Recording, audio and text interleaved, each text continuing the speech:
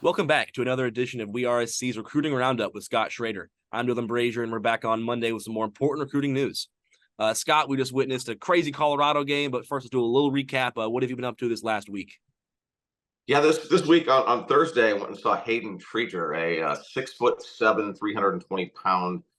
He is an offensive tackle, and I think in our database at On3, but he is an offensive guard target for Josh Henson and USC. And I had not seen him in person. I really hadn't even watched that much of his film, so I was under the impression he was going to be coming in as one of the offensive tackles in the 2024 recruiting class. But turns out, he will. They are looking at it as a guard. So I really didn't know what to think. And when I showed up, it was really, really, really strong Andrew Voorhees vibes from him. Okay. But probably with better footwork. He's bigger, probably moves a little bit better. And we say this with knowing how vital Andrew was to the USC offensive line last year.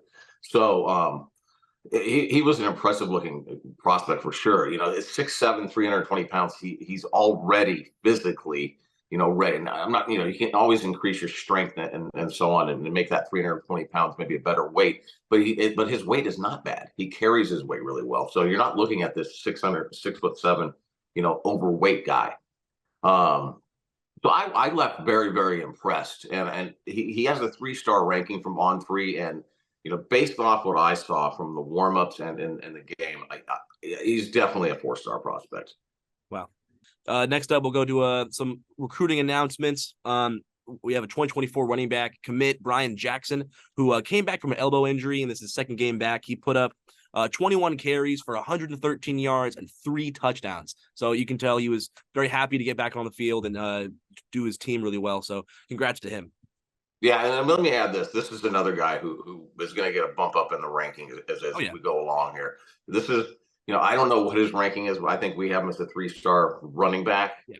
I know USC does not view him that way, and nor do we after seeing him a couple of times. Marshall Levinson has seen him play at least a couple of times. And we both kind of agree that Bryan Jackson is a big pickup for USC. And I just wanted to make sure we add that because I don't think we talk about him that much. Definitely, yeah, of course. Yeah, he was one of the earlier commits in April, if I'm not mistaken, right? Yeah, he was for a long time. Perfect. So now next up, we'll go to a 2024 4-star cornerback, Isaiah Rubin out of Los Alamitos. Put USC in his top 4 recently. I haven't heard much about him. Scott, if you want to explain. Yeah, he was actually up until maybe about a month ago. He really was not somebody that USC was targeting that seriously. And due to certain circumstances, including a decommitment from Dakota Fields, a few months back, USC has a spot, and so Isaiah took care of some business that he needed to take care of, and USC has really been impressed with how he started the season this year. He's had an extremely impressive, first 5 games or so for Los Alamitos. So. Yeah, he's going to be announcing on October 20th. USC is among his top 4, and we actually put a prediction in for USC a few days ago.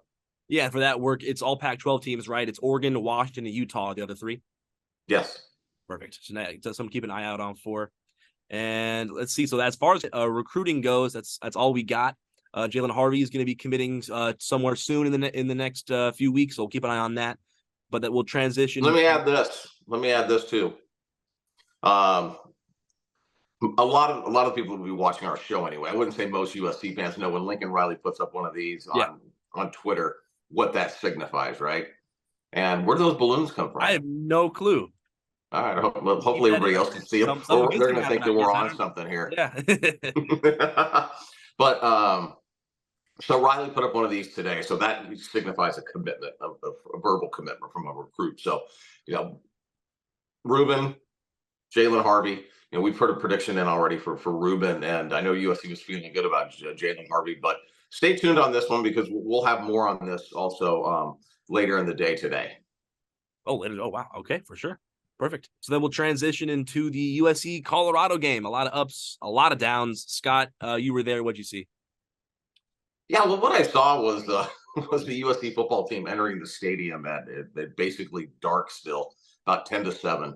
Which is extremely unusual to see that. But great crowd, a lot of energy and at Folsom Field on Saturday. And for 3 quarters, I thought USC looked really, really good on both sides of the ball.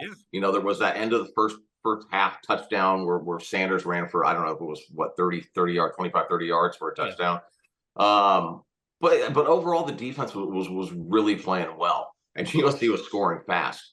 And even until about 2 minutes left in the third quarter, USC was up, by 27 points, and ended up winning by 7. So there was a huge, huge breakdown. There was a breakdown offensively too, because USC didn't score really in the fourth quarter, but defensively a huge breakdown. And they let a team that was averaging about 50 yards a game rush for more than 200. Yeah. So that was a big problem. There were more big plays, which is USC's. That's probably their biggest issue, is how susceptible they are to the big plays. Where sometimes receivers, they're Sanders threw a lot of really good passes on Saturday, but also some like uncovered receivers, and you're just going, okay, what happened here? Now I missed a lot, so there were some slips, and there were some things that happened that caused those receivers to be wide open. So keep that in mind as well. But in the end, I just think USC wore out. 90 plays on defense. They were out on the field for that many plays. The altitude. And I'm not saying that was the issue, but that was a contributing issue to them looking like they were sucking wind. Yeah, definitely. And I saw, similar things. Mainly, Colorado wasn't dominating. They were capitalizing off of our defensive, just breaking down. A lot of the touchdowns came off of missed assignments and just blown coverage, in my opinion. But yeah, few missed tackles, right? Yeah, exactly. And then Caleb Williams throws his first interception, which he did not need to force that ball. But of course, first one of the season, can't be too mad about it. He has an insane day, 403 passing yards and 6 touchdowns, ties his record, and is now the first FBS player to throw for 6 touchdowns at 2 different schools. He did it at Oklahoma, did it at USC. But Marshawn Lloyd, we'll talk about him a lot because they only gave him 3 carries in the second half.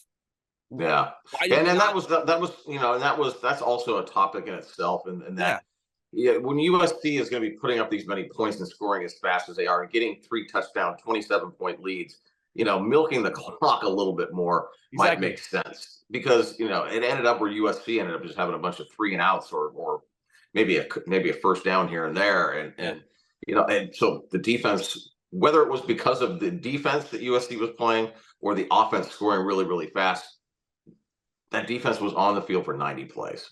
Exactly. The defense gets worn out, and that's a really easy way for a team to come back. But more elaborating with the Marshawn Lloyd carry situation, he was averaging 6.5 yards a carry. I don't understand why you step away from that and kind of. Yeah, I didn't even know that. I didn't know he was. I didn't know he was averaging 6 yards a carry, which it doesn't surprise me. But I just think you could even run both running backs, just taking some time off the clock. And I know that's not what Lincoln Riley does, but you're going to have to figure out a little bit of time management adjustment along the way, and riding a Marshawn Lloyd in that second half would have been just perfection, really. Yeah, you tweeted earlier in the day. You said I would ride him all the way to the finish line, and that's what we should have done, and we didn't do that. And obviously, Colorado almost came back, scared us, and ran it twice late in the fourth quarter when no one anyone watching that was kind of puzzled. Why would they be doing that? Yeah, that ending was those 2 play calls. I think it was 2 calls, and it took a time. It had to waste a timeout, first of all, and they also ran like a minute 45 off the clock. So USC just had to take a knee at the end. Yeah. Exactly. Yeah, all we had to do it. They made it easier on us. But like switching gears, I'm no longer going to be looking at the AP poll anymore because every week I'm disappointed. Did I expect to drop a spot? No. Am I mad? Yes. Does it matter? No. So that's why I'm not going to look anymore. If we keep, we're winning games. That's all that matters, regardless of the scoreboard. We're winning games. That's all we need to do. So that's all I care about. It was interesting on how somebody on our message board at WeAreSC.com was saying, it's like, God, I hate coming here and feeling like we lost every week. Exactly. And it's like, and that's kind of the way, at least the hardcore fans, I think, most fans overall do kind of have the approach, any W is a good W, right? Just move on to the next week. Exactly. But we know so much more about these football programs now. People, there's so much more like our sites and the detail that we're able to provide, along with all the other media outlets. So people know a lot more about the team, so the expectations are higher, and it just kind of seems unrealistic at times. Yeah, definitely. And I feel like people are waiting for us to make a mistake. They're waiting for us to trip up so they can say, look at them. They messed up.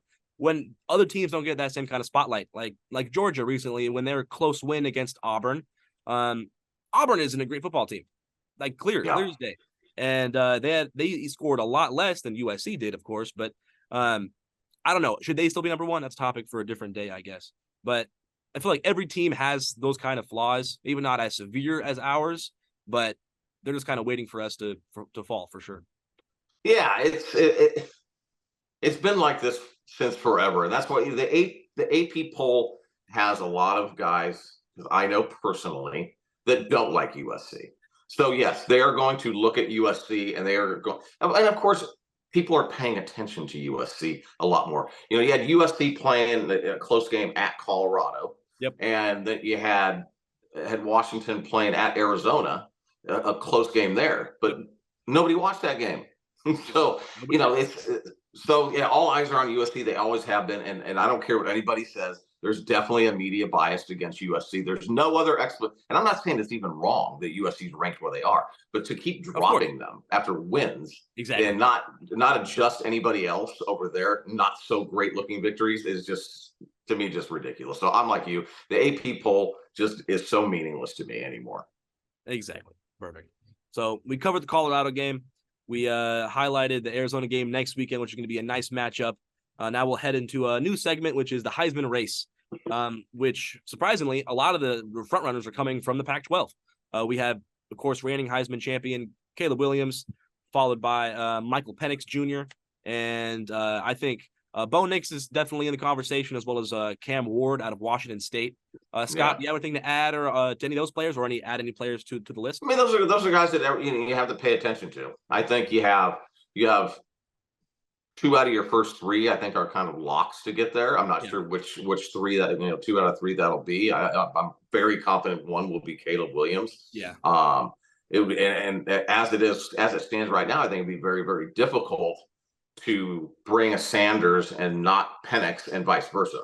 So we'll see how things shake out the rest of the season. But I would say if they were having to decide who was going to New York after this past week, you'd have to include those first three that you listed, I would think. What are your thoughts on that? In my opinion, all Caleb needs to do is perform better than last year, which is hard to do, but he's been doing that. He's been putting up better completion percentage, better touchdowns, less turnovers, more yards in every aspect of his game. He's matured as a player, and that's hard to beat. And I don't think he can be beat at this point for the Heisman race. Well, you look at the numbers and the statistics and all that kind of stuff, and then if you also look at and including last year, how many of these football games in the voters' minds would USC have potentially lost with a different quarterback? Exactly. Yeah. So I don't want anyone manning the USC football team except Caleb Williams. He's exactly. I'm going on a rant. Well, and we don't want to. This is not disrespect to any other quarterback, especially as talented as Miller Moss is. But right now, you have a guy who's been your starting quarterback at USC for a year and a half, and does what he does. Even Miller Moss would have to say, I'm not going to go do what Caleb Williams is doing. And that's okay, because like you said, this is a once in our lifetime type of player potentially. Yeah. They had Reggie Bush, but that was several years ago. I think this guy's impact, Caleb Williams, I don't want to call him this guy, but Caleb Williams' impact is greater than Reggie Bush's in my mind. Whoa. Okay. Wow. Very, very high praise for Caleb Williams for sure. Yes. And I do like Cam Ward. I feel like he should get more recognition. What he's doing at Washington State is insane. It is. I mean, you have to give your hats off to these guys. And you and I did a segment on just, I think, the quarterbacks in the Pac-12, preseason. You and I did this. It might have been in July even, but the fact remains is that the Pac-12 and Jaden DeLara is not even, he was among the guys we talked about in preseason.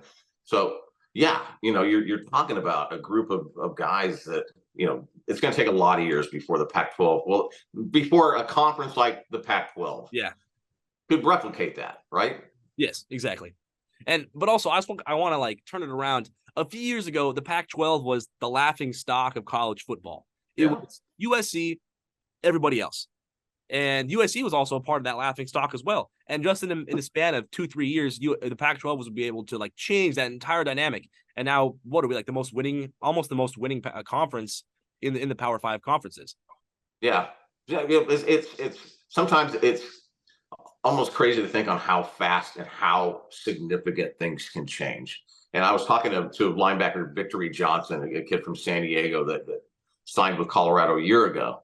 And we were talking before the game, and he said, "Isn't it unbelievable to think about where these two programs were 2 years ago and the direction that they're going in now?" And sometimes guys are choosing schools for coaches, for all this other stuff. These kids, NIL is a big factor, obviously now, but choose the school that you feel that you like the best, where you feel the most comfortable, because you never know what the circumstances are going to turn out to be. You're pretty sure at Georgia, Kirby's not going anywhere. You're pretty sure that Nick Saban wasn't going anywhere. But a lot of these programs, these guys, and I'm not going to mention all the programs. The fan bases from those schools will get pissed off, but there's a lot of programs that are very, very good programs that we'll say top 15 programs.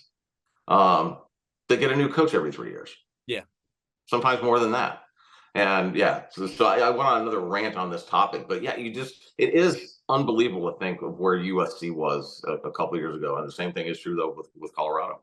Well, thank you for tuning in to another edition of WeAreSC's Recruiting Roundup with Scott Schrader. I'm Dylan Brashier, and we'll see you next Monday. Bye, Don.